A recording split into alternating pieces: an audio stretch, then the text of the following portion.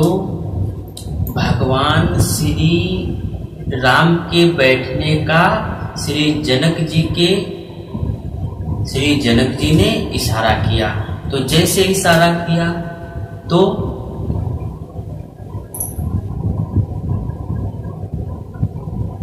सब मंचन ते मंच एक, सब मंचन ते मंच एक।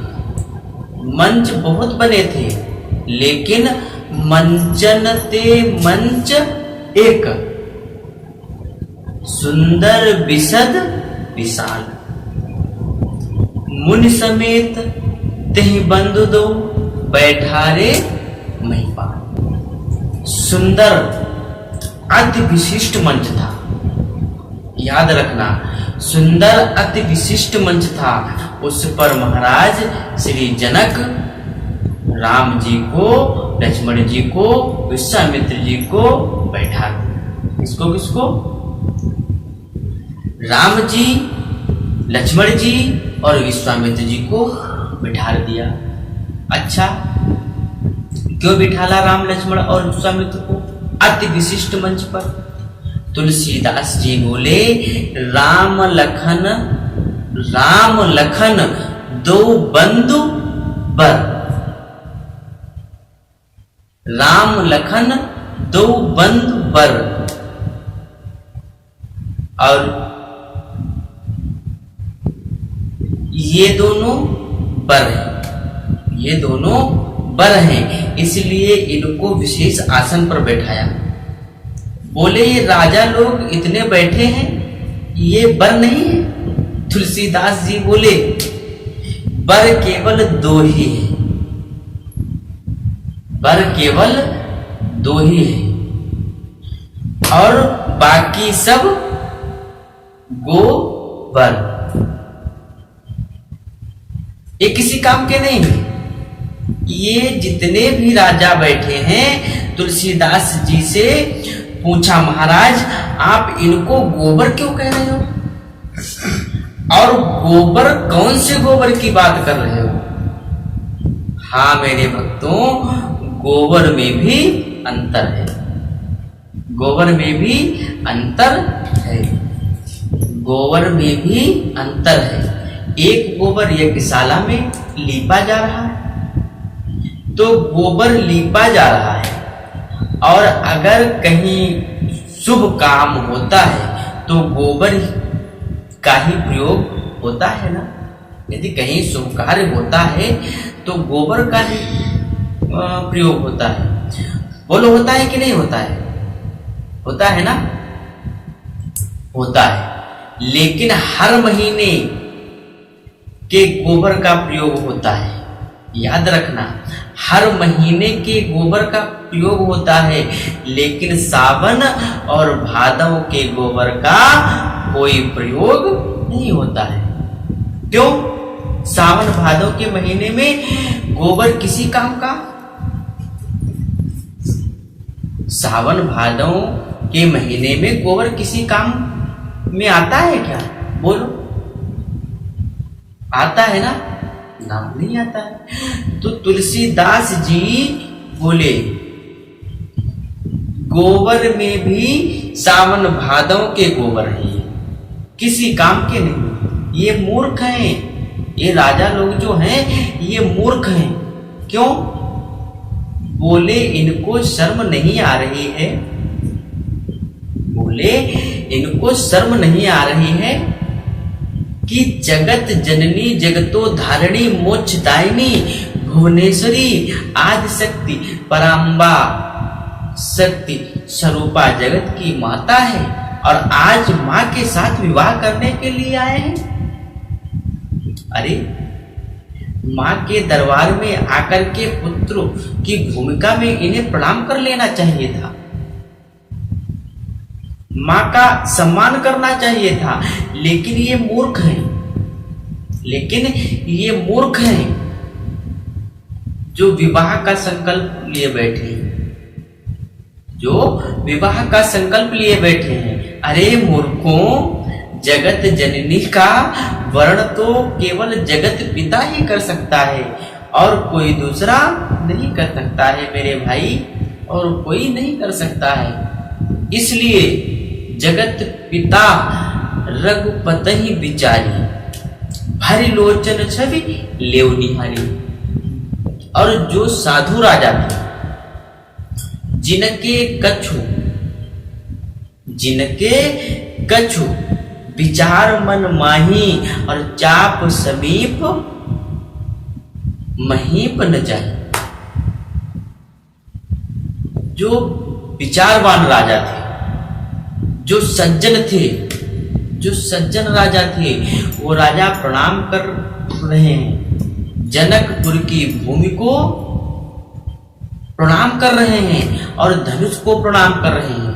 और वो प्रणाम कर रहे हैं उच्च सिंहासन पर बैठे प्रभु श्री राम, और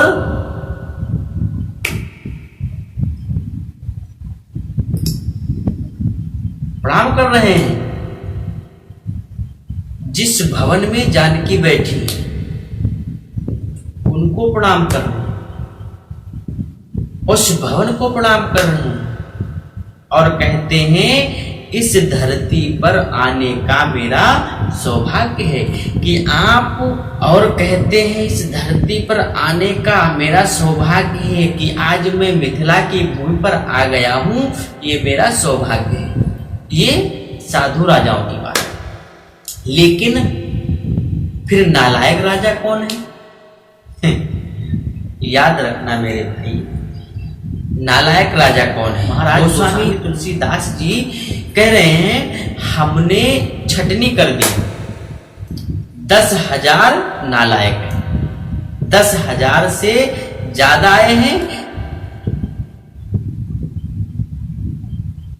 10,000 से ज्यादा आए हैं ना, लेकिन केवल 10,000 नालायक। कितने नालायक हैं? 10,000। कहा प्रमाण क्या है?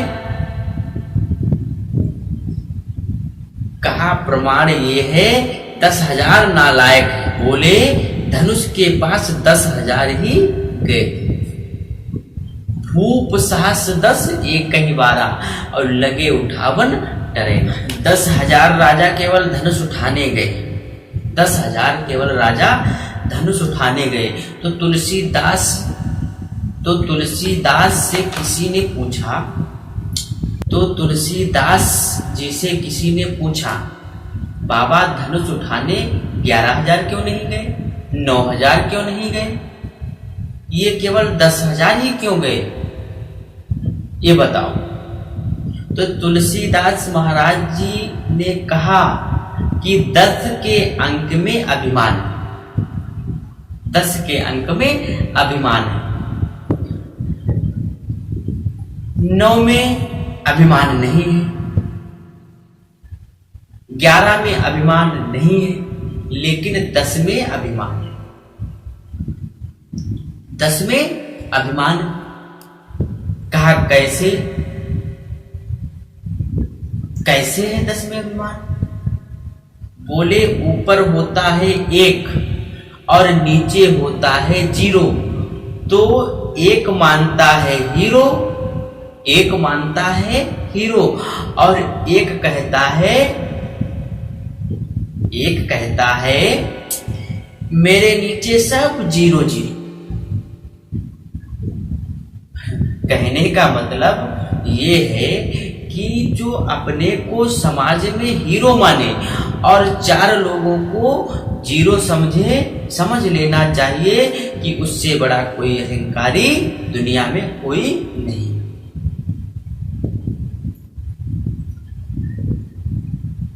पहचान लेना चाहिए।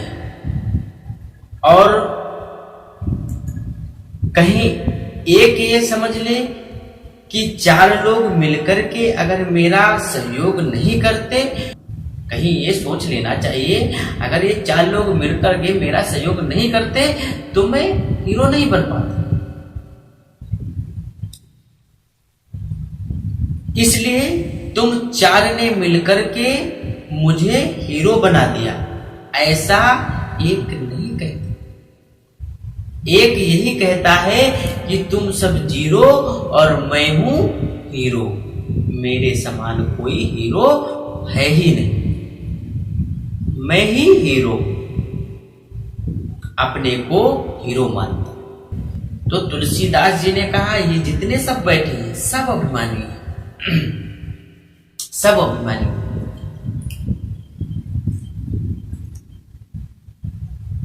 इनके अभिमान की परीक्षा हो रही है। जितने अभिमानी बैठे हैं इनके अभिमान की परीक्षा हो रही है और इनका अभिमान सब अभी मिट्टी में मिलने वाला है, सब मिट्टी में मिलने वाला है। देखो कैसे मिट्टी में मिलने वाला है, जरा गौर करेंगे आप लोग। आज की कथा बड़ा प्रेरणादायी कथा है, तुम सबको बहुत बड़ी प्रेरणा मिलने वाली है आज की कथा से। 10,000 राजा बैठे, जनक ने कहा अरे बैठे बैठे क्या तमाशा देख रहे हो, क्या तमाशा देख रहे हो, 5:30 बज गए हैं, उठाओ धनुष को तोड़ो, धनुष को उठा करके जल्दी तोड़ो, क्योंकि 6 बजे मेरी बेटी का विवाह मुहूर्त है। कितने बजे मुहूर्त है? 6 बजे।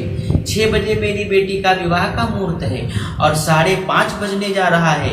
तमाशा देख रहे हो? क्यों आए हो यहाँ? राजाओं ने कहा यहाँ धनुष तोड़ने आया हो, तमाशा देखने नहीं आया हूं। तो महाराज जनक ने कहा तो बैठे क्यों, धनुष तोड़ो।